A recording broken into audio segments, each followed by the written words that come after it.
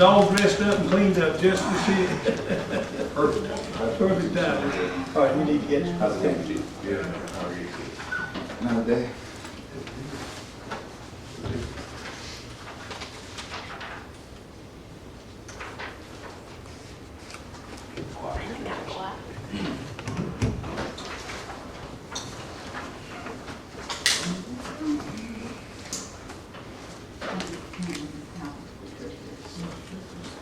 That's all right. That's all right.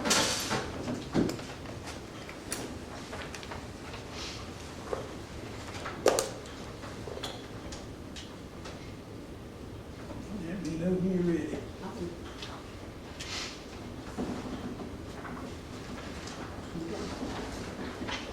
All done? Okay, ladies and gentlemen, the hour's arrived. Let's call this meeting to order. And we're going to ask Brother Dwayne Johnson, if you will, to give the invocation, please. God, we come before you today, and we ask you to look down upon us, give us wisdom and knowledge to make the right decisions to handle the city business. Lord, we ask you to bless this city, the state, our nation, and soldiers that's on the battlefield. We ask you to bless those that are sick and bereaved and shedding. These things I ask in your son's name. Amen. Amen. Let's stand and pledge allegiance to the flag of our nation. I pledge allegiance to the flag of the United States of America and to the republic for which it stands, one nation, under God, indivisible, with liberty and justice for all. Okay, gentlemen, you've got the agenda before you. Are there any requests for additions or modifications of the agenda in any way? That's great. I entertain a motion that we approve the agenda. Make a motion. Mr. Griffin's made the motion that we approve the agenda as written, and Mr. Johnson, I believe, seconded the motion. All in favor say aye. Aye. Any opposed? Gentlemen, we've got our work cut out for us. I want, since Tony Rossi just come in, and he's trying to catch his breath, he's the first report update on the golf course from Tony. I want to preface a little thing before he gets up here. I'm mostly doing this to give him just a little bit of time, because I know that he's been pushed in the last few minutes and all day, really for the last 2 months, really. This man has gone out to a golf course that had, when he got out there, there had been no herbicides, no fertilizer, no water, the watering system out there. There were just all sorts of things that was dumped into his lap. And if ever a new employee, I want to commend him, and I may ask y'all to approve of firing him sometime later, but right now, I have never in my life had a man to come on a job and put his whole life into it to try to, we're right in the middle of it. Right at this time, back in January, February, March, a lot of things ought to have happened there with weed control and herbicides and fungicides and water, a lot of things that weren't done. And he came in here when it ought to be beautiful, everything lush, starting to try to do all these things. And the man has worked extremely hard. And he's asked me for, he asked me a little while ago for a reprieve to give him a little bit more time to get things together. But Tony, I want you to come up here because you have to use this mic. And just briefly and relax. Tell the people sort of what you found, what you've been able to do, and where you think we are as a golf course. And don't hold anything you want to say, say it. We're delighted to have you. This is, he's taken over the headache of that golf course out there. Thank you, Mr. Mayor. Thank you, council members. So, as it's already been prefaced, it hasn't been an easy task. It's been monumental. However, we have a very viable golf course. Just a lot of TLC is needed in a lot of places. And it's difficult to swallow some mismanagement in some places. Even our equipment. We have the best equipment money could buy for a golf course, and at a fair price. But it's got to be maintained, and it's got to be used for the purpose that it's intended to be used for. So, also, as far as the only really thing that's been costly is the irrigation. We have a very antiquated irrigation system. We don't have an ineffective irrigation system. We had an irrigation system that 60% of it was buried, viable, but buried underground. So I've dug it all up. I can't thank Carl Leggett enough. I can't thank the mayor enough. They supported me 110%, and I assure you that we've done what's needed to be done out there for a third of the cost of what bids we got. I saw one bid for $25,000, and that was ridiculous. I don't think we've spent more than $1,500 out there, and we've got 65% of it operational. So that's huge. That's huge. But that is maintaining 24/7. That's double watering because of the heat. Once we get the system out there, you won't be paying me to go out there and water at night. We'll be able to take care of that. Other than that, personnel. I've hired 2 women that have management experience, that are adult in age, and that can handle the register, can handle the flow of people. On every level, our products, we're making 100% profit of anything we sell, whether it's candy bar, soda. I introduced an energy drink that the kids like, that's safe. It's not, it's not outrageously toxic or anything. We're making 90%, 90 cents profit on every can we sell. So I've just had to address everything from every level. The locker rooms, men's and women's locker rooms were in bad, no lighting, dirty, unkempt. They've all been cleaned up. You walk through there now, you smell like, smells like you're at home. Fresh smells, things are good, lights are on. So, that's all I can really tell you. I've just addressed everything from every level, cost effective and efficiency. That's, if we just keep going down that route, we'll be fine. And if you have questions for me, that's probably the best thing. The sprinkler system wasn't on a time? So what happened was, at some point in time, we've talked to everybody we possibly could. And what you had happen was, you did have an electronic system, but you weren't using it at night. Years ago, they were doing that. Recently, as probably a year ago, it was not possible to be used because 60% of that system was buried underground. So a novice or someone who's not familiar with that type of system would come and turn on a button. If you went to turn on that light expecting the light to be on, but the wires weren't connected, you wouldn't have lighting. Well, this is a system that the electronics is saying, let me out and let me shoot up water, but I'm buried 3 inches under grass and dirt. And so what happens is, when all that energy is trying to expand itself and it doesn't work, it shorts out the circuit board. Then we call an electrician and say, oh, our system's broken. Now we're paying an electrician to fix a board that can't work because it's buried. So there's just a lot of, then you had a gentleman who was stressed out that said, well, I can't fix this sprinkler, so I'm just going to put a cap on it. Now a third of your fairway's not getting watered. So the summer comes and you got brown grass. And you say that we're not maintaining the course, but that's not what's going on. The systems are being mismanaged. Anything else for Tony? I appreciate what you're doing. We appreciate you, Tony. I want to say that I appreciate very much what you're doing. Y'all know me very much, that I have sat here for a long time, and I have jokingly said that we need to put some goats out there to be able to get some profitability out of it. I don't think that next year we're going to be able to say that we're going to make a major profit off of our golf course. I'm just looking at within 2 years that we can break even. I am tired of seeing our city lose $100,000 a year to something for a novelty situation.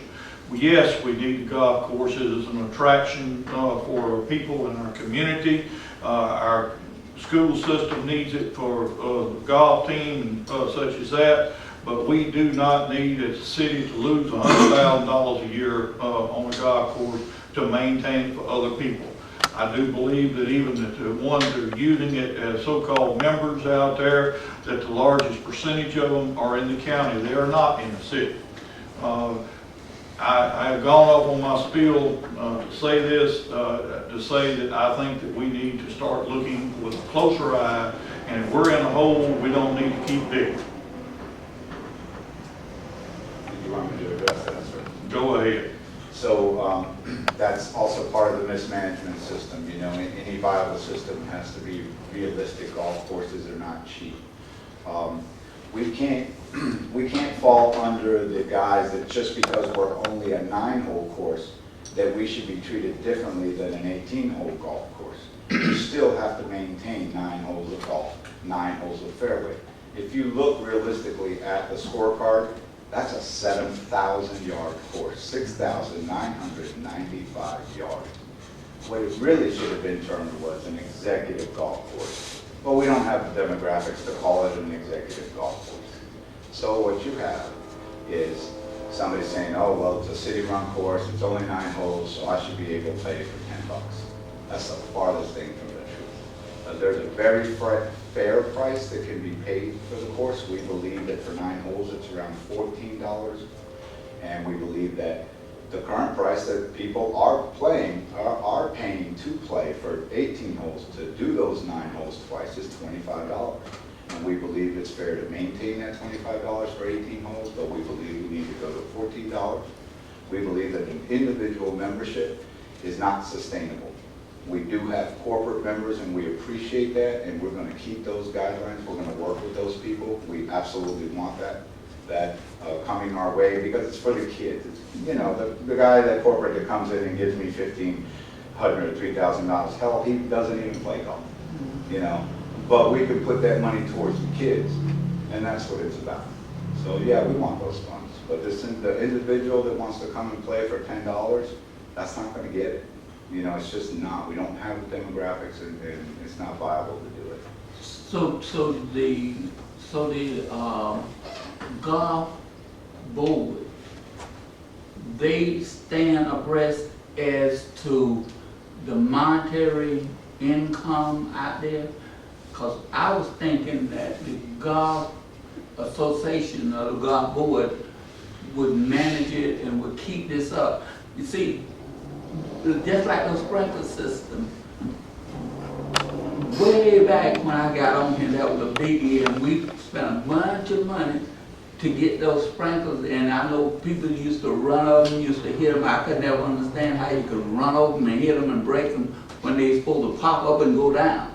And then when I hear you that say they wasn't working, I said, well, what happened to all that money that was going out there? So the golf association, it keeps up the fees. They set, are they abreast to this, to set the fees to compensate how much is going on? Well, Am I asking You the want me to right address question? that some for you, Tony? go Or ahead. you want to do it? Sure. Go ahead. Councilman Johnson, the only thing I can tell you, having been here just under 90 days, I've read intimately all the guidelines that the golf committee, as they call themselves, had set forth. It's convoluted at best. In one paragraph, they would set the standards. In another paragraph, they would not intervene in the standards that the management set, and that they were to advise. And so I have no previous information unless I went back and looked at some meeting notes. I would have. But they are advising and all helping with all that. They stand a part of the running of the golf. You would think so, yes, sir. Okay, that's all. Yes. I think I would be negligent if I didn't insert a little bit here, Tony, stay there if you will. At the last monthly meeting of the golf course, there was some confusion as to some of these problems. There was a little misunderstanding, and the chairman of the golf course got up and said he had had enough, and he walked out and left the meeting. And a day or two later, 2 or 3, 4 days later, I got a letter from him that the entire, what we thought was an advisory committee, had resigned and left the golf course. Since that time, the chairman of the golf that wrote that letter and came in and gave me, has come back in my office and said, Mayor, I want you to know that mostly the golf committee didn't do a lot, that I got out and raised all the money, and they were there to sort of help a little bit. But he said, we haven't been functioning as an advisory committee, we haven't helped with the herbicide, we haven't helped with the fertilizer, we haven't helped with the irrigation system. We haven't really got involved a whole heck of a lot with the finances. And he said that I don't think we have done what we should have been doing, and I don't think you've lost a heck of a lot in losing us. He said, at the same time, I think all of us love the golf course, and we realize that we've been, I'm quoting Linwood, the chairman, he said, I'm here, and he came in and helped me with a lot of things and that we, Tony and I, and all have been working on lately. He says, I'm still here to help, and I know the other members of the golf committee that's been out there will help you in any way they can. So I think we've all acknowledged our neglect and what's going on. And in reality, and Mr. Linwood Truitt, the chairman, said this, we've been more of a golf club. There is a golf club promoting our little tournaments and whatnot, more than we've been in detail with the irrigation, with the chemicals, with who's paying what, the dues up to date, getting more members. So at any rate, I think everybody has understood that we ought to I'll tell you this, I, as the mayor, have neglected the golf course. I had other things to go on, and I thought with that committee and whatnot, I neglected it. And when I got out there and finally found that the help we had could not formulate the chemical applications that needed to put out to control weeds, I realized that the formulas that we had an expensive $15,000 sprayer out there that nobody knew how to use.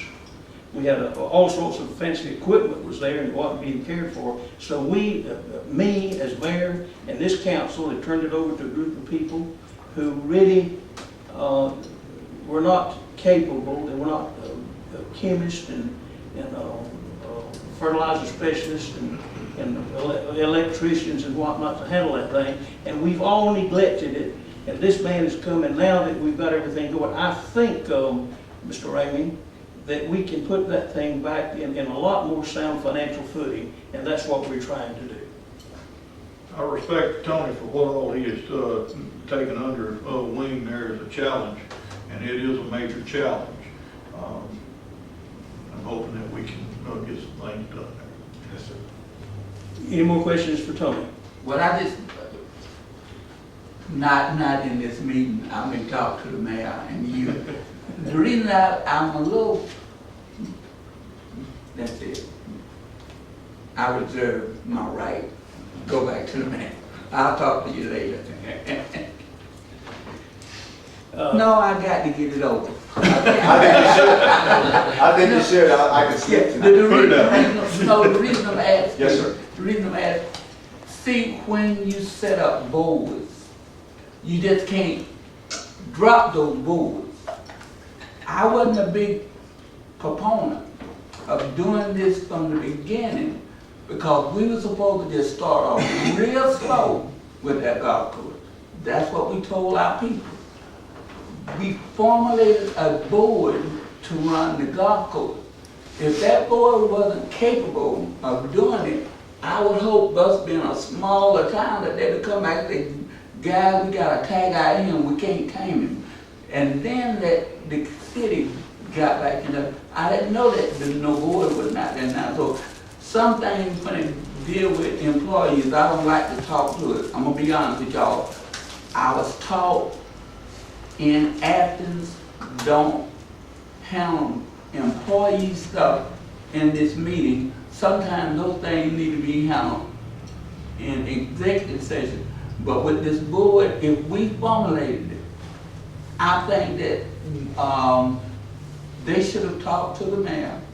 The mayor should have talked to us something. If they ain't out there, am I understanding that y'all said the board is no longer functioning? They resigned, they put up letter of resignation. So They're do not we- employees, they're volunteers. But so, do we get another board? I don't know. This That's is, why I think there's some legal stuff you might need to look at. yeah, I understand that. And Rhonda, would you mind, you're always very open-minded with what you're doing, and being a member of the board, would you like, with what you've heard, can you make any comments at all, or you want to keep your mouth shut? I will speak on behalf of Rhonda. First off, I missed last meeting because my dad was in the hospital. So I was not there to witness what all took place. I only know what I heard. So I'm not going to repeat any of that. I will say, as an advisory board, we was not to run the golf course. We was an advisory board only. We came up with ideas, such as golf tournaments and this and that and the other. As far as pesticides and herbicides and all that, we never, ever got involved in that. You have to be licensed to, be able to get that stuff and apply that stuff to the grounds. So I do know that before Natasha left, there were some things that having some employees out there and having some of the advisory board members, someone needed to oversee the guys to make sure that some things was taking place. And Linwood was working with this board, with the mayor being at our meetings, and Natasha had even came to our meetings to try to reword our charter, our bylaws, where different ones could have some say-so as to what different ones were supposed to do. Right. We never wanted to take over as their boss. I think that's where I got, out from what I'm hearing today, I think that's where I'm confused. Because I was under the impression that you were the advisory board, but y'all was actually taking care of this place. Well, no, that's what it sounds like here tonight. We were supposed to take care of it. Linwood went above and beyond because Linwood knew golf front, backwards, side to side. That I did not. I know my purpose for being on the board. Linwood would actually go out and solicit these monetary donations, these corporate memberships. Linwood was the backbone of coming up with these ideas to get the county involved, to get the school involved, so it was not just a burden on the city. He came up with some great ideas. Unfortunately, we're a small town. Just like Mr. Tony just mentioned, I was told we got one corporate membership, pays $3,000 a year and has 4 employees that plays golf. But they're there for the kids. So it's kind of a rock and a hard spot. I think that what I'm hearing, is we got the wrong concept of the board, first of all. And now, to your defense, I think it's hard for the mayor to take over that problem. His hands should be full already. So do we need to address that or look at it again since they were doing those bylaws? That's one reason, let me interrupt you just a minute there. A few minutes ago, Mr. Ramey and Tony were meeting in the state, but Mr. Ramey had been wanting to get out and talk to him. And this only happened, say, a week or 2 weeks ago or something. It's just happened. And then we were going to, Mr. Bloodworth was going to call a call meeting to address this, and even Linwood didn't want to do that. He said, look, y'all going to have a work session in about 2 weeks. And then when Ramey and Tony called a few minutes ago and said, let's put this off again, I said, no, this thing's been stirring now for 2 or 3, whatever it is, weeks. I said, I wanted to come before these people. We were going to have a call meeting, and then we weren't. Now we've had it, and it's here. The thing of it is, the board, the advisory board that you've been dependent on didn't do their damn job. The mayor hasn't been involved and done what he should have done out there. And now all of a sudden we found out what the problem was. And in 90 days, we've got that golf course in the best shape it's been in 2 years. It's turning green. The greens, in fact, the one man that left, he said, Mr. Stone, if y'all don't get something to do something with the greens out, you ain't gonna have a golf course. Well, I didn't know that the greens were gone. Well, we got involved about 90 days ago, and I'll tell you this, that man, unless y'all the boss here, that's the reason I want you to hear this. I want you to get involved in it. And it's your decision, not mine, and not his. The decision is made here. But in the last 90 days, that man and I have put fertilizer, we put herbicides, we killed the weeds, we got the grass growing. We finally dug up to know where the blooming water lines are. We put in where the old electronic system was. If the only sprinkler that was working is if when the wire finally rotted and rusted in two, if the sprinkler was open, it would put out water, but if it was in a closed solenoid position, it didn't work. So that's the reason those things were torn out and put in manual. We now have it where I think, Tony, and you correct me if I'm wrong, I think within this week and next, we should be, of course, there will be a manual system. We open this thing and water these 3 or 4 greens and fairways, close that valve and work. He manually will be able to water that golf course, and we will put out a little bit more herbicide. I think the golf course will be in the best shape it's been in 2 or 3 years in another 4 months with his hard work. And along with that, we'll have those mapped as where the irrigation is going and what is working, what's putting out. Yes, you will. So I didn't want to, I'm sorry to force, John, when you called me and asked us to put it off, I put it off as long as I wanted to. I wanted this on, I wanted this on the table. Okay, Tony, we'll be, if y'all want him back here Thursday night for any further discussion, or you want him to keep working? Keep working. All right, thank you, Tony. Thank you. Thanks, sir. All right, thank you. Sorry about all that for y'all, but I felt like it needed to be done. Thank you, Tony. All right, gentlemen, you've got the budget before you.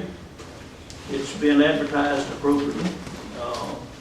We had our first public hearing at 5 o'clock this afternoon, and now it's here for you for your adjustments. The only thing that I do want to mention to y'all, to bring up anything you want to know or bring about the budget, it's yours to make. That's the proposed. You have a proposed budget before you.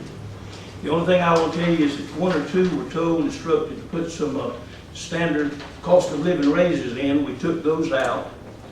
And there are no raises in this budget as we have it prepared. Since then, I've got with department heads on a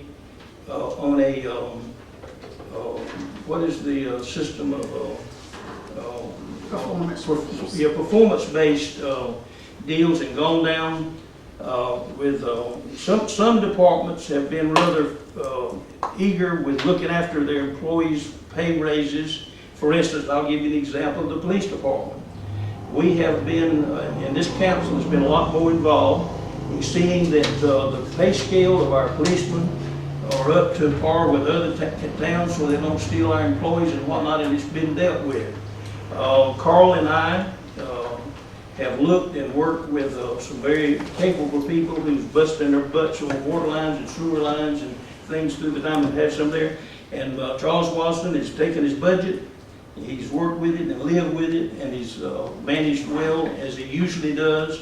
And to be perfectly honest with you, as I look over the pay scale from golf course, airport, street, sewer, fire department, the whole works, the most neglected area that needed the most attention was the fire department. But I've gotten with all departments and looked on a performance-based thing, and it's come up now that we would like to put before you an increase in the budget of approximately, it's roughly, there's got to be tweaked a little bit, but approximately $20,000 that will be distributed on performance-based needs for raises for employees. So we've got to find, if we put this in, of course, we've got to find the revenue. We've got to do a little shuffling and tweaking there. But other than that, let me hush now, and you've got the proposed budget. You know what I just told you about doing a little performance-based raises. Now then, y'all take over and perform your duty. So the performance-based raise is the only way to take and do anything flat. We're gonna give everybody 2%, 3% across the board. That's wrong, period. Because if you take and do it like that, not everybody takes and puts out the same. Not everybody takes and does the same job. Not everybody is capable of doing the same job. Some people don't take and put out like others do and perform. So a merit-based increase is the only way to take and do it fairly. Now that might mean that we have a pool of, we're going to say a pool of 5% for a department. That doesn't mean everybody in that department will get 5%. Somebody might get 1, somebody might get 3.5, or whatever to the money spent. But that's the only way to give a raise. This Well, everybody deserves a 3.5% rate. Wrong. I'm sorry I preached that till I blew in the face for the last 8 years. And I said, if we're gonna take and do this, that's where the department heads need to make sure you take and crossing your T's, dotting your I's, looking at your people's performance, putting out there what they need so you have something to base this merit on and everything else when we do it. And that's the only fair way to do it. Like I said, in the past and gone, when they've done it 3.5%, 2% across the board, 4% across the board, that's wrong. I mean, if Joe's sitting around doing nothing, Joe don't need 4% raise. Joe might need a 0.5% raise. And that's just being honest. Because I promise you, every one of you people are not A players. There's no such thing. You can have an A team, but that A team's pulled by a lot of A+ players. And there's a lot of B's and some C's in there too. And all of y'all that are department heads have been around a long time, y'all all know that. So not everybody deserves the same thing. Thank you, Harry. Ms. Vernice, the city clerk, is also human resources, and she whispered, can I say something? You sure can. Take off. If you all will remember, when I came in as city clerk, one of the first things that I wanted to do was performance-based raises, based on the merit system. First year, it wasn't a go. Second year, it was a go. It was ranged anywhere from 1% to a 3%. Some of them even went up 4%. If you go back and you recall everything, that was one of the most fair-based ways to handle each employee. I'm agreeing entirely with Commissioner Griffin here. I do have the forms in my office. It is up to the supervisors to take those forms and go over it, as well as the commissioners that's over that department. That is the only fair way to do it for every employee. Tell you, you two have perfectly complied with everything that we've done then. Since I mentioned the fire department, and since the chief is here, and he and I, we sat down and we worked with this. Chief, just briefly, you don't have to come up here, briefly tell the folks the sort of what we did and how you used your forms and went back and got your rating. Tell them what you did. Well, I agree with performance-based. The only thing I don't agree with is if we do performance-based and we don't have anything available. So if I'm going to, use a performance evaluation, I want to be able to tell my people if they've done a good job, there's something there. And if we're not going to give any raises at all, there's no sense in even doing that, because you're not rewarding them for nothing. You just go up there and tell them you've done a great job, pat them on the back, and you're not rewarding them. So I like to make sure, and like I told the mayor and I told my commissioner, if we have something to give them, then I do performance-based evaluations. I've used forms we had. I done this back years ago back in the 90s, we had that. And we had forms that we done our employees. We kind of went away from that for years. And then went back to it last year before last, we went back to it, and we utilized those. I like to be able to tell my folks, you done a good job, you're going to get something. It may not be a lot, but there's something there. So that's what I've done. Well, that's what we've done really after we got through, and the council, and for your benefit, the chief has gone down over every one of these in his department. It's always Carl, and I haven't communicated with the chief lately, but we've only been involved with helping him get his staff where they are now.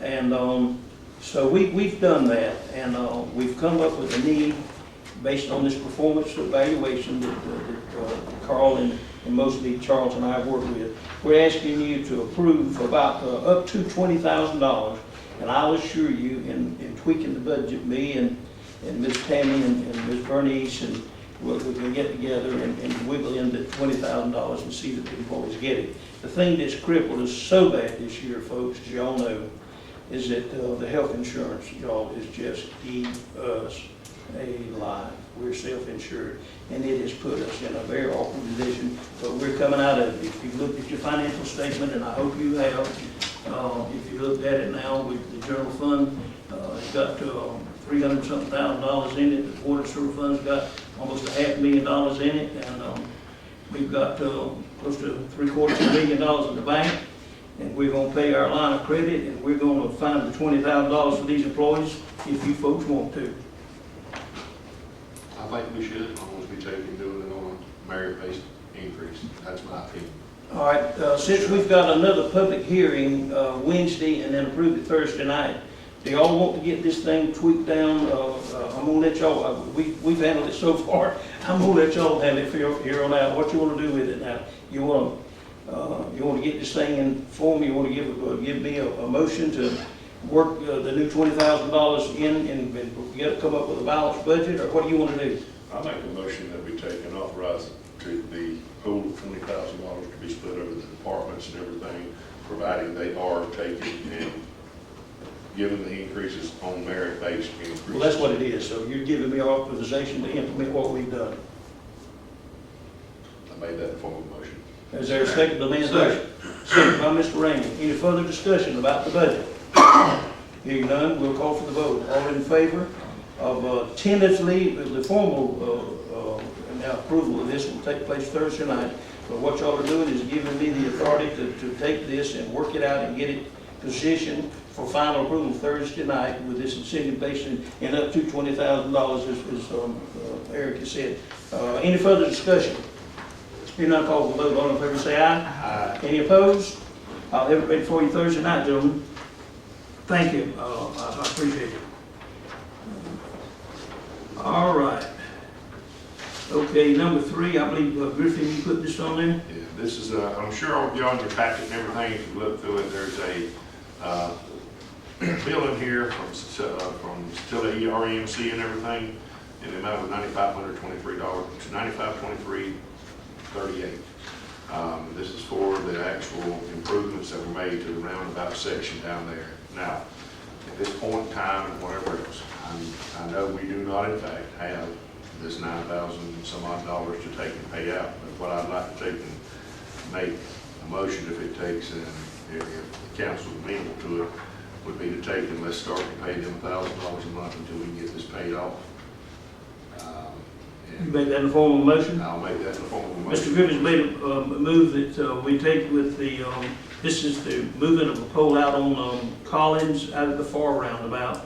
REA moved one pole, just for the benefit of those present that may not know.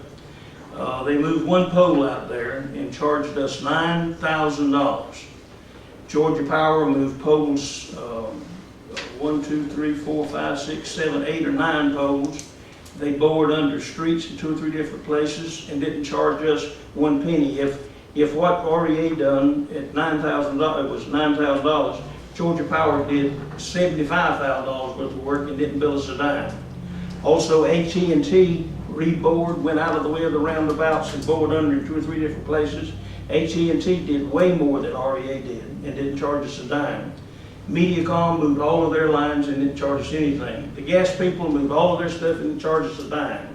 And REA charged us $9,000. I have begged the authorities, I have begged their board that meets, and they finally decided that they were not going to play ball with us. I called Washington and told him, he said, well, Dane, I agree with you. He said, but what's happened when REA came into existence, they served the rural community and provided rural electric and was a wonderful organization.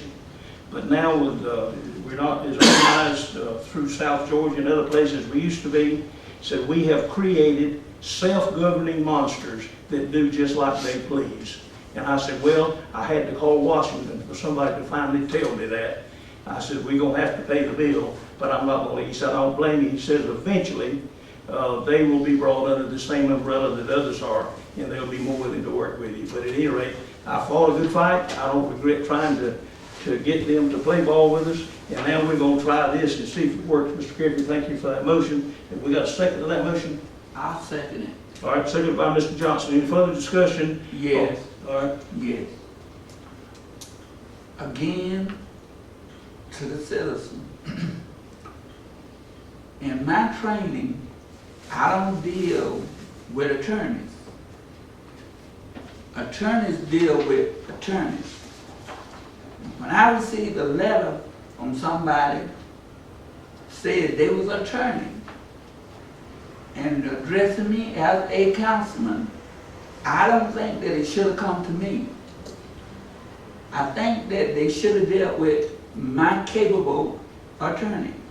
And I thought that this was a little overboard to more or less try to, I don't take threats with all due respect. And that's what I consider this. So I started to take it down to Mr. Attorney and say, you handle it. Because I don't think that you can call the council and say this, and put it like this. It should have come just like this today and say, y'all owe us, not sending letters around. Now, I'm only speaking for myself. So anybody else that want to write a letter, y'all write the attorney. Not this attorney writing me. I know that sound, but I'm serious. Mr. Attorney, you want to help us in here? Well, I think it should have been sent. To you. I don't approve of the way it was done, No. but it was a threat.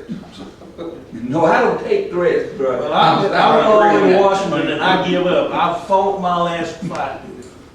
It's a shame that our REA, as good as they are, will not work with the city when the rest of us have done so. So many of them, not only Georgia Power is 100 times more of what they did and participated. That's right. But It's somebody's disappointing. sitting on it. It's disappointed me. It really has. It's disappointed me. Well, there is not to start a conversation, but it's just that anybody that desires to do that, and I'm asking the public, I'm asking attorneys, deal with attorneys, because when you deal with lay people, once attorneys get involved, we was always taught to shut up. You be quiet, your attorney do the talking. So let's don't write no more letters like that. Let's be professional and deal the way we're supposed to. Now, go back to the vote if you will, sir. If you want to reply to that, you want to keep your mouth shut. I'll keep my mouth shut. All right, we got a motion on the floor that we, and maybe, yeah, I've got a little something to say about it. I really would like to try this, gentlemen. I know that they're demanding that with this meeting that we respond to this night. But I like Mr. Griffin's motion. I think it's a very good one that y'all instruct me to, and Ms. Bernice to draw a check for $9,000 payable on this $9,000 and send it to them. If they cash it, then we got 9 months to try to come up with the I money. don't think that's what he said. Wait, you, No. 1,000, but you What'd I said say? 9,000. Oh, no, excuse me, I'm sorry. Mr. Griffin is getting us where we can pay $1,000 a month if they cash that first check. That was a motion. Okay, all right, good, I'm sorry, I'm so much going on here, and if I this little simple brain can't keep up with everything sometimes. Any further discussion? Hearing none, I call for the vote. All in favor of trying Mr. Griffin's proposal, say aye. Aye. Any opposed? We'll write him a check for him and try it. Yes, sir. Okay, what a mess.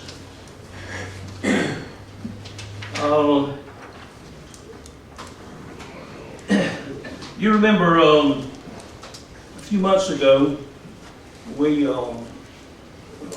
began to work with Chief Wasden and other needs that we had, trying to get a new well and tank and some distribution lines for our water system. And when they sent the thing and I looked at our budget, I was already working on the budget at the time, and I looked at what we could swallow and handle.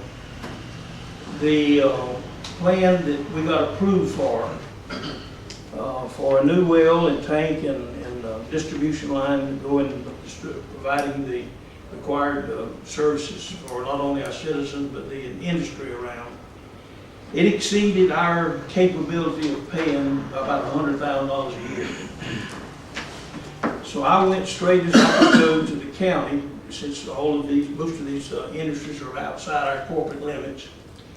And I said, gentlemen, this is what we've got, and one of our sawmills is spending $50 million on a new investment out there, and we need to take it. If y'all play ball with us, we can make this happen. And we met with them. We all went over there. We came here. And finally, they said no, they didn't think they wanted to play ball with us. And I came back to you and told you. I said in fact, the thing is laying in on my desk now, all ready to execute, if we could have gotten some help with it. I said, I just don't think we can handle it. I think it was 2 weeks ago now, Andrea Taylor, the executive director of the chamber, called me and said, Mayor, is it possible for you to meet with me and Kenny Green and the Beasley folks out at Beasley Sawmill? We want to discuss something with you. I said, yeah, I'd be glad to go out there. So we went out in a meeting with the Beasley group, and their insurance company had got to the point they were requiring them to provide a tremendous volume of water at 60 pound pressure, and they had to be able to maintain that pressure and enough water to last for 1 hour in order to open that $50 million sawmill. So they got busy and had placed an order for a, not above ground tank, but a storage tank to handle a tremendous 200-something thousand gallons of water. Right adjacent to that, they had a big diesel pump and a system that would go in and feed that big plant. And they told me that their investment was approximately, I'm not sure exactly now, I'm using round numbers, so don't come in here and the numbers don't, but it's pretty close to $500,000 that they were going to invest out there in a water storage, ground storage tank and all to go into the to be able to comply with their insurance company's requirements to put in a sprinkler system. Well, I turned straight to Phil Gerald. I said, Phil, if you'd given me $500,000, I'd have had a 12-inch, or the city would have had a 12-inch water line out there. And you'd have had, instead of 250, 300,000 gallons that you could pump into a fire and it's gone in an hour, you'd have had a 500,000 gallon storage tank overhead, that's under feeding that line. You'd have had a 500,000 gallons uptown feed it. You'd have had 250,000 gallons there. That's a total of 1,250,000 gallons and a 12-inch line. It's your plan. If you'd given me that much money, well, I was afraid to speak up. I said, well, I hate for you to do it, Joe. He said, could the city use it? He said, if y'all do something, we couldn't use a mess like that, a diesel pump on the ground with a ground. I mean, it'd be totally useless to us. So to make a long story short, and these are pretty accurately what they told me, and of course they've spent part of the money now. Part of the money's spent, but they stopped.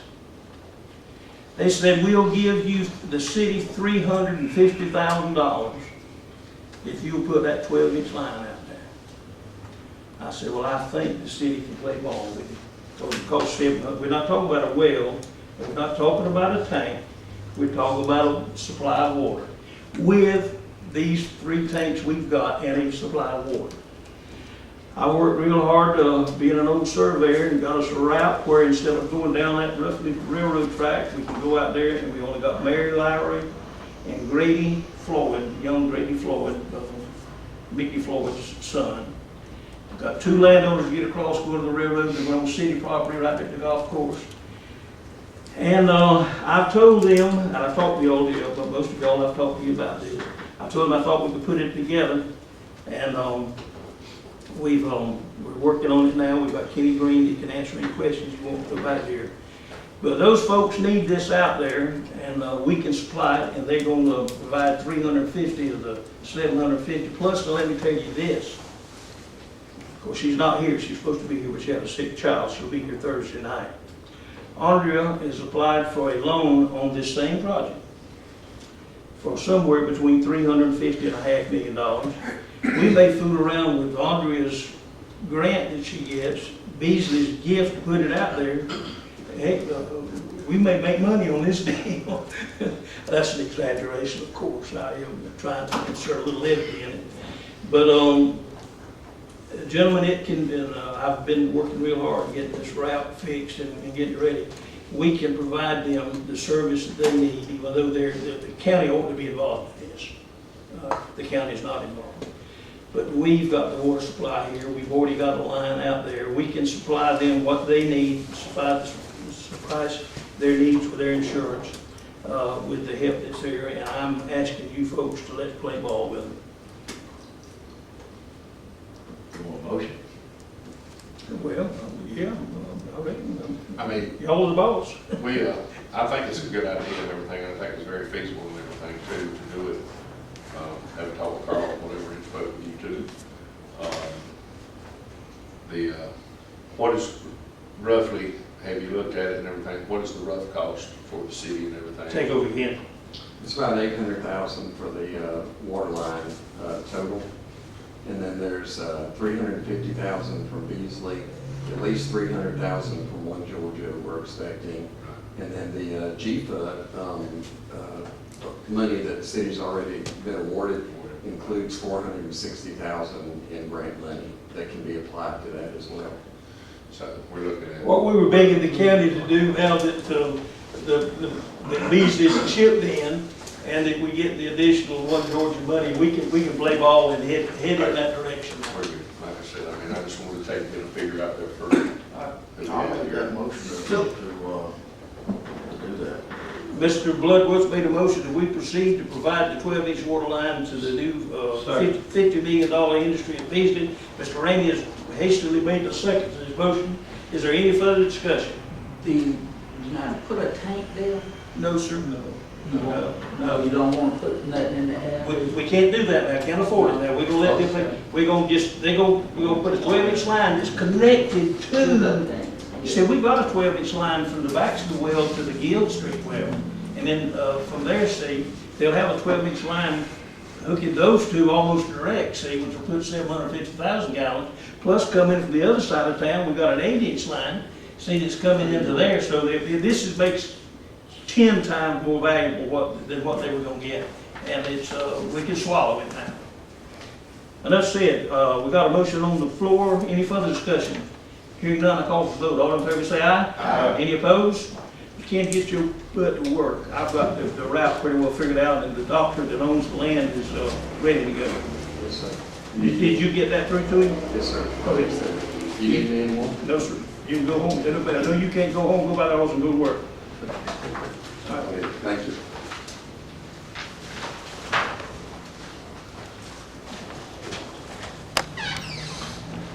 As you can tell, the chief is hot enough and ready to go. Proceed, chief. I was contacted by a man who owns a company called Blue Line Solutions, and they do photo speed enforcement in school zones. That's their business. And he gave me the sales pitch, and I told him that I would bring it before the council to see if it was something that the city would be willing to do. First and foremost, there is no cost to the city. All equipment is paid for and maintained by Blue Line Solutions. It is a company that's based out of Chattanooga, Tennessee, and what they do is, first of all, they come in and they do a speed assessment, and that they put a device up that measures, it counts cars, it actually, it's laser, it's not typical radar, it's laser, so it's more accurate. They do a speed study, and they have already done a speed study. I told him to go ahead and do one, that way I'd have some data to give you. Let's hear it. They did it for. Can I have some music while you're doing it? Yeah. So they came in May the 6th, which was a Monday, and put up the device. And then it ran all the way through Friday, May the 10th. So it was a week while school was in session. And I don't even want to talk about outside school zone hours, okay? Because in other words, it went 24/7, okay, basically. But all I want to talk about is 7:30 to 8:30, 2:30 to 3:30. That's all I want to talk about. So, in that 5 days, there was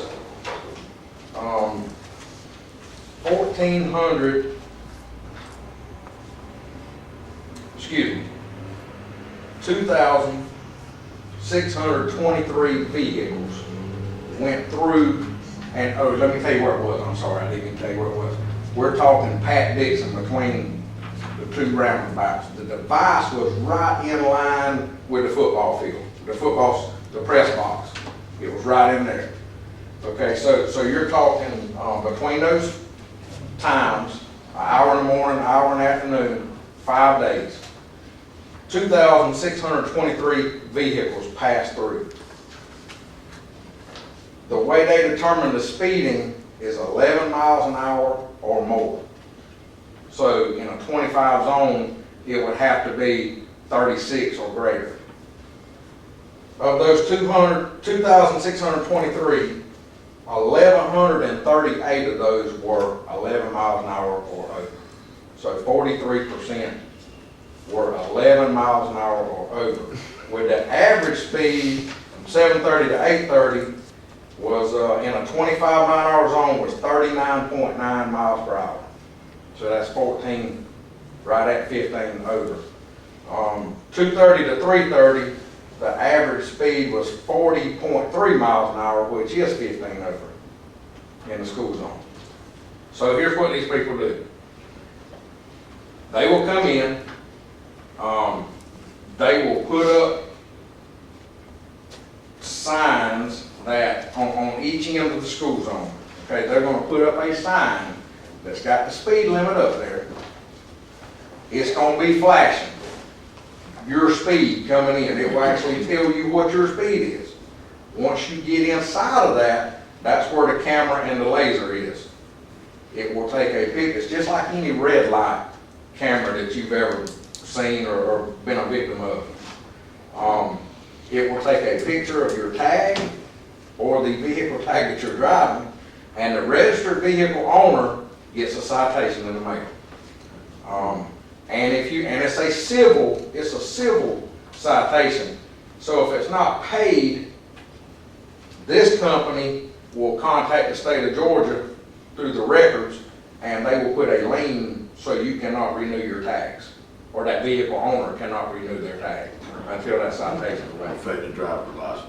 It will not affect the driver's license of the person. The first offense speeding ticket in this case is $100. With the city getting 60% of that, and that Blue Line Solutions getting 40%. Now, if you do the math on 1,138 vehicles in a week at $100 a piece, that's about $11,000 total, and then you're gonna get 60% of that. Now, the goal is not the money part of it. Safety in schools. The goal is to slow these vehicles down, and you give them a warning on each end with a flashing sign that tells you that this is a speed zone and how much it is. Now, in that book I gave you, You'll collect pretty good the first month or two. right, but then it's gonna slow They'll down. get the message. In the book, there's, and I apologize for not having that in your packet, but I just got 2 of those in the mail today. The man didn't bring me enough of them, so I didn't. So there's a sample citation in there of what it would look like with the vehicle tag and all that kind of stuff. There's testimonials from other departments that are using it, and there's case law, and there's the actual Georgia law that gives us the right to do that with camera enforcement.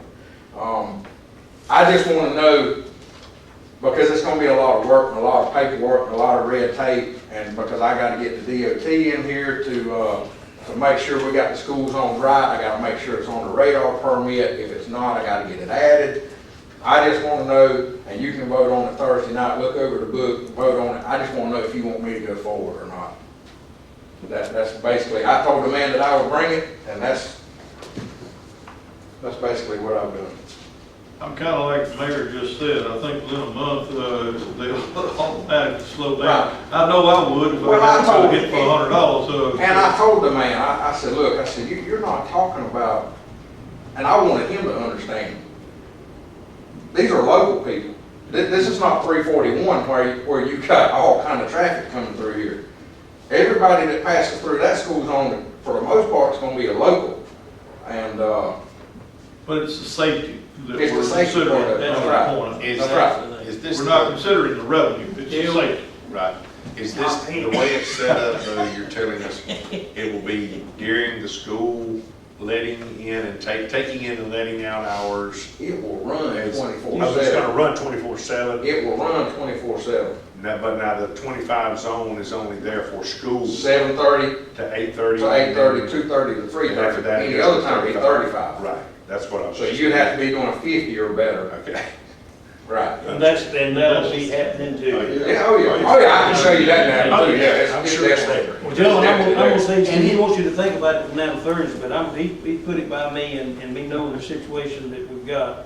And it's not gonna be, it's gonna be a good bit of work on the chief's part, but, he's interested in it, he's interested in food safety, and I am too, and we need every dollar revenue, and I'm in favor of it. But this laser, it still operates and it still hold that driver,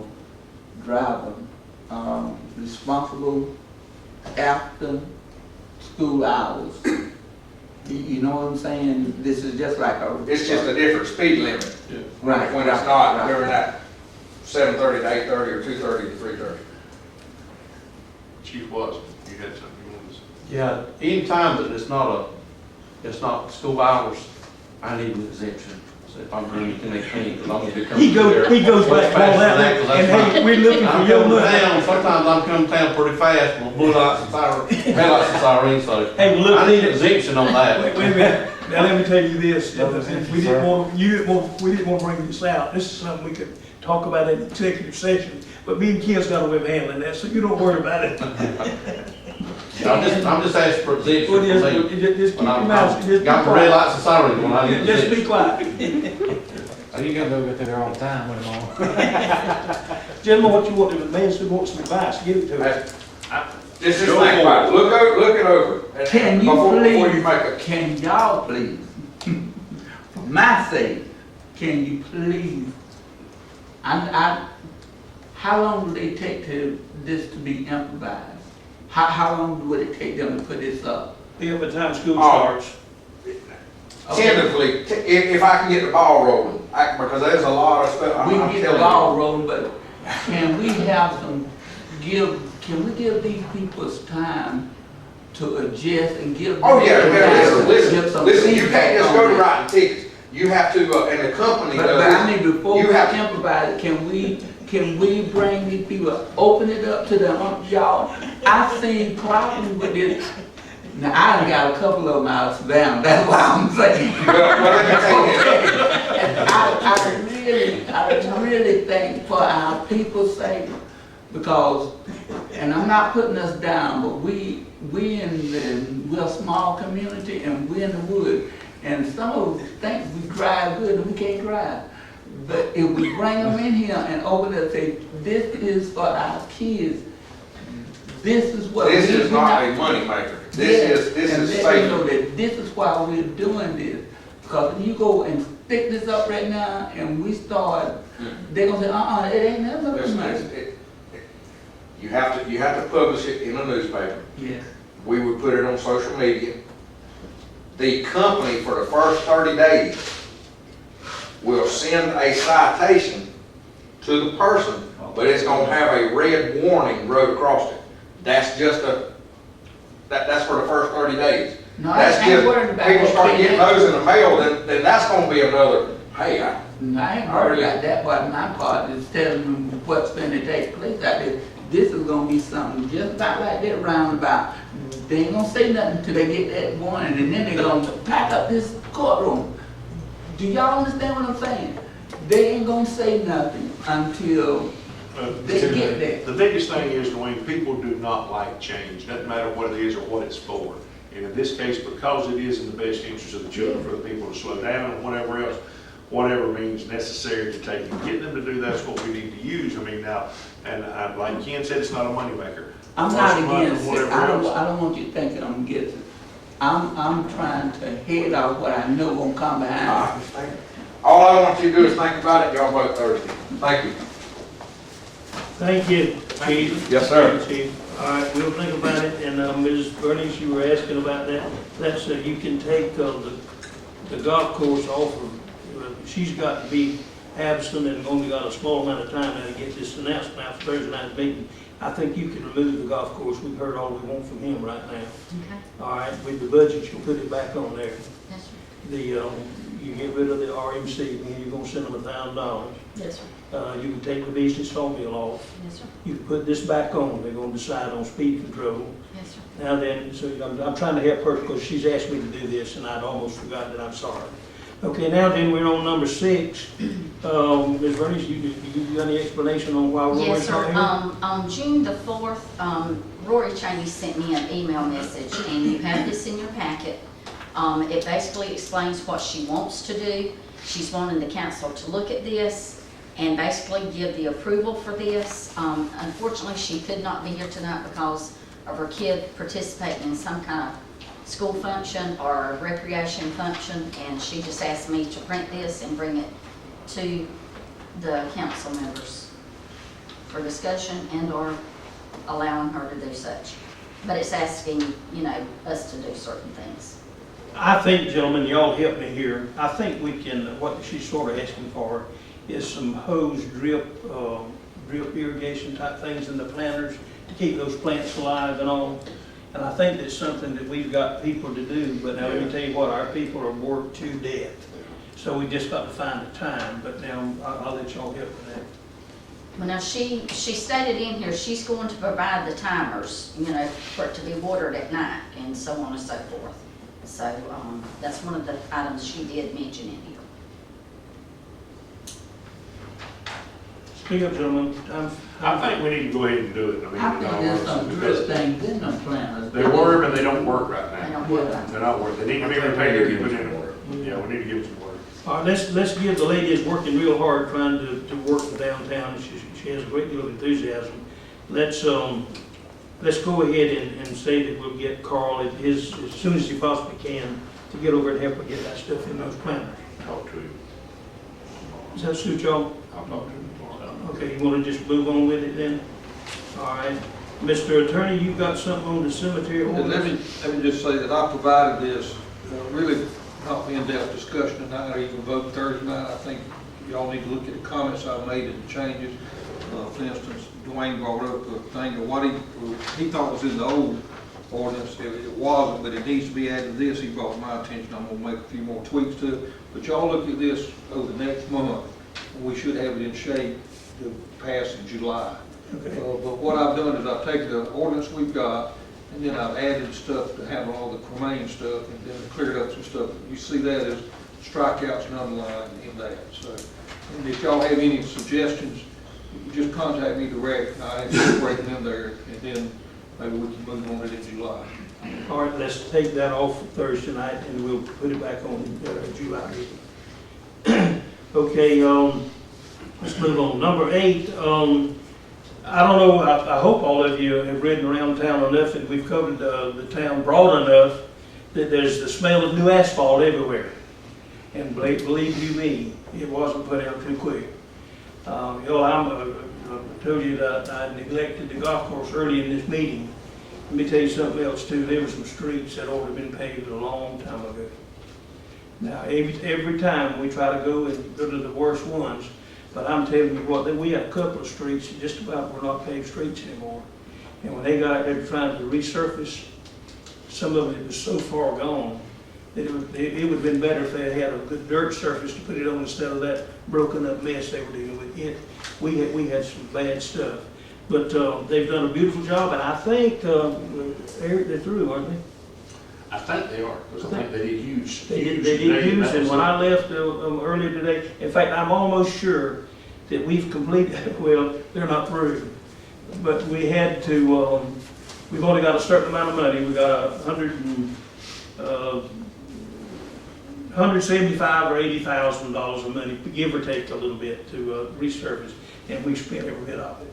And we put it at the places that it needed the most, and it's really, really nice.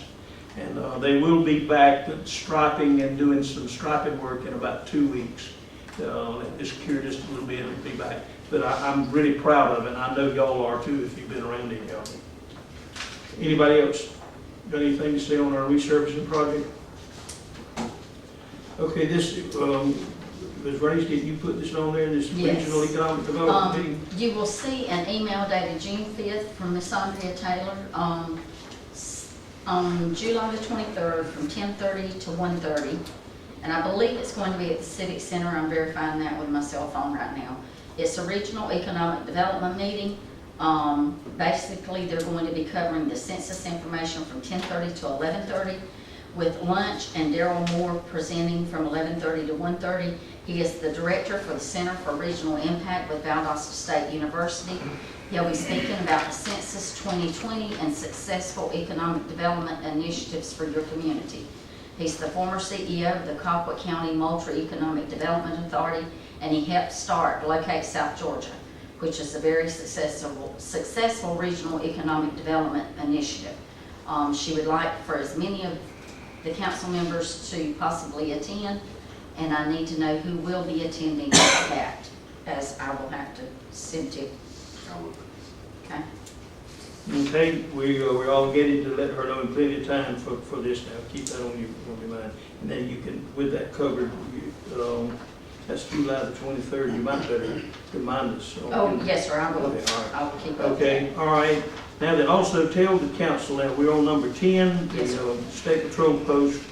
Yeah, tell the council what we've been able to do since we've completed our short-term loan on the GSP post. Yes, you will see a copy of where we took funds from the general fund because we had to begin paying bills for the Georgia State Patrol Post. You will see where each check was written out for each draw to pay these, but you also see a deposit slip. The total amount that was withdrawn from the general fund was $86,500. You will see that $86,500 has been reimbursed to the general fund from the first draw on the line of credit for the Georgia State Patrol Post. Copies of invoices are in my office if you would like to see them, and they are available. And we did that in such a way that every time we made a draw from the general fund, till we could get all this, our financing arranged through it. And then when we got our financing arrangement made and we had the money in the bank to pay the bills, we paid it back in the same form and order that it was drawn out. So we've got an accurate record that everything has been put back. Right now, our first draw was $300,000, and we spent about $200,000. We got $300,000 set in the bank to keep. We should have put the roof on the building by the time we make our next draw or start to put the roof on. In case you wondered, and I've had several calls, "Bang, what'd y'all do? Decide not to build a state patrol post?" I said, "You think we're that stupid?" We're using, the reason we can build a state patrol post and put it out there like we're doing is that we're not spending a dime on labor. Almost no money at all on labor. Every bit of the digging the foundation, pouring the footing, putting in all the plumbing pipes and doing everything is presently using inmates to do it. Here, about now 3 weeks ago, Greg Gillis, the superintendent, called me and said, "Mayor, they've had a calamity at Smithfield Prison." He said they're having to tear up inside the prison a large area of the floor and all. And he said, "Me and my crew are the cement finishers, and I've got to leave, and I've got to go tear that mess out and fix it and pour it, and I'll be back as soon as I can."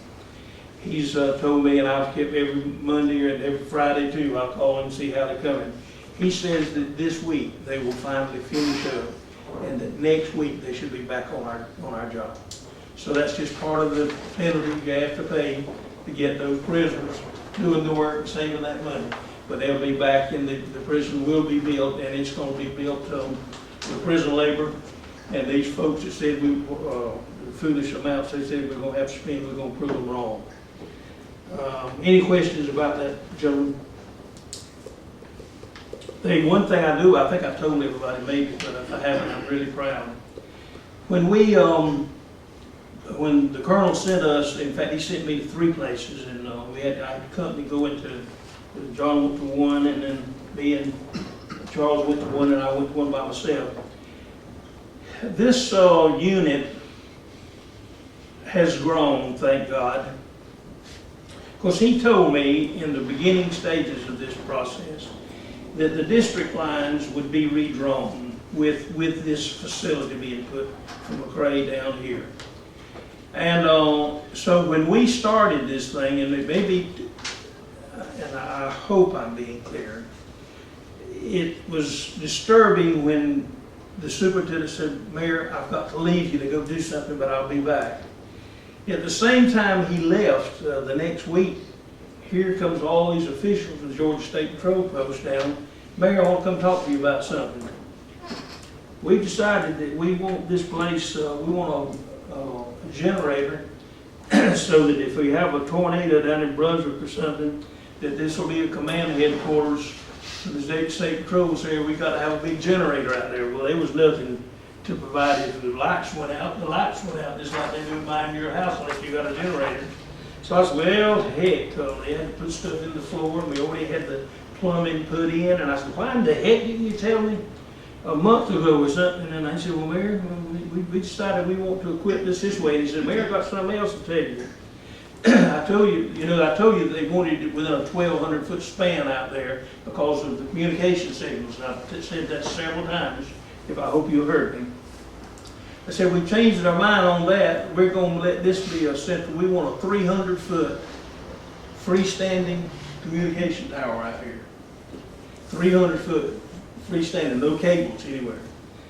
Well, you've got to go with 2 4-inch conduits to carry the cables that go to that stuff. Plus, you've got to have a bore and test the soil because that thing is 35 feet bigger than this room and 14 foot deep to anchor that thing into.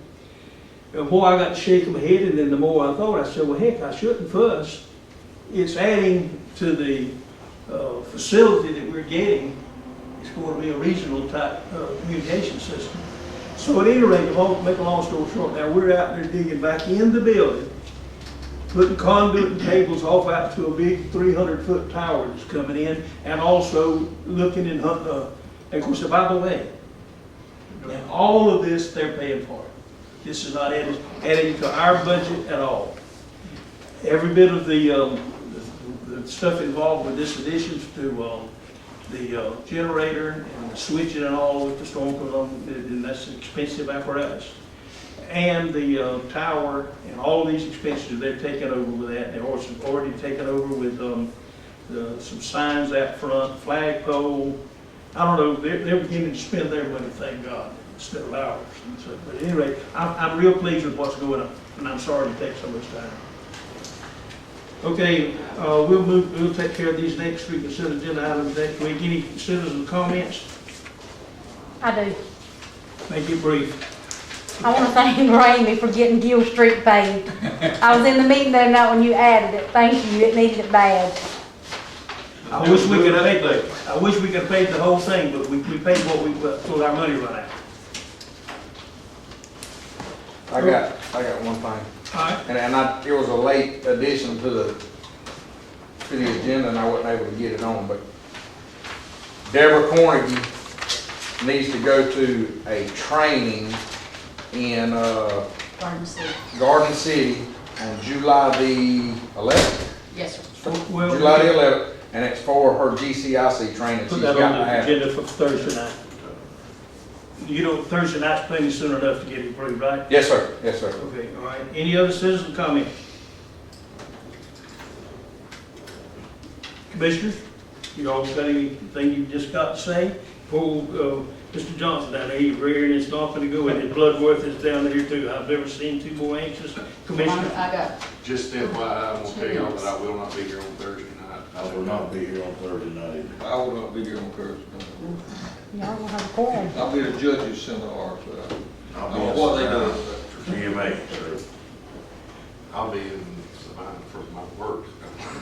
We still got a Well, quorum. we still got a forum, the 3 of us, but by George, we've been, by George, things that we've been wanting to do, things that we want to do, we can get it done Thursday night. Every night. What are you talking about? Wait a minute. The goat man down here smiling.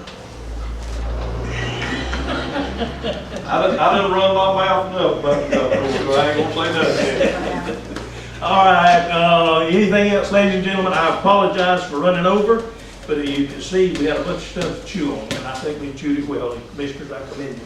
I think everything that we've done has been fine. Mr. Johnson, I'm ready. So moved. Second. Mr. Johnson moves to be adjourned, and Mr. Bloodworth, second. All in favor, say aye. Any opposed? Hearing none, the motion